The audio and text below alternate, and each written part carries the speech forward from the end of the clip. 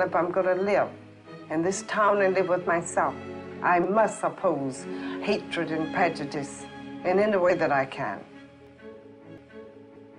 We are here now with Sharon La Cruise, who's the director of the documentary Daisy Bates, First Lady of Little Rock. Thank you for talking to us. My pleasure. First of all, just tell us a little bit about the documentary.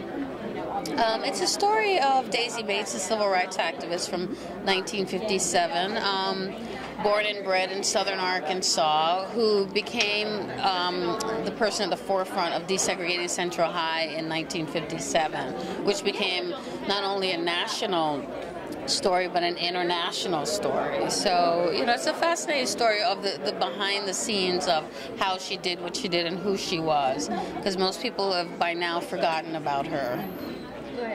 Obviously, the subject of your film is something that has had a lot of impact on Little Rock, Central Arkansas, as well as the rest of the country. But what made you want to do this documentary on this subject now?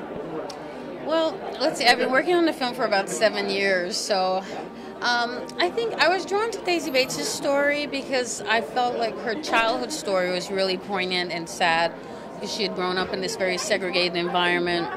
Her mother had been raped and murdered, and she didn't find out till, you know, she was about 8 years old, that she really didn't have any parents, and she was an orphan.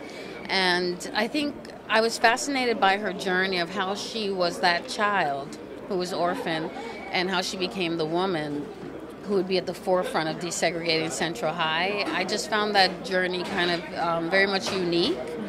And I just wanted to know more about her. I just found her a fascinating figure, especially because I thought I knew history very well, and I'd never heard of her. Daisy Bates' life represents not only this incredible heroine who got lost in the history, but she is one of thousands of women who fought in the civil rights movement who we have forgotten today, because the movement and the way the history is told is largely dominated by men.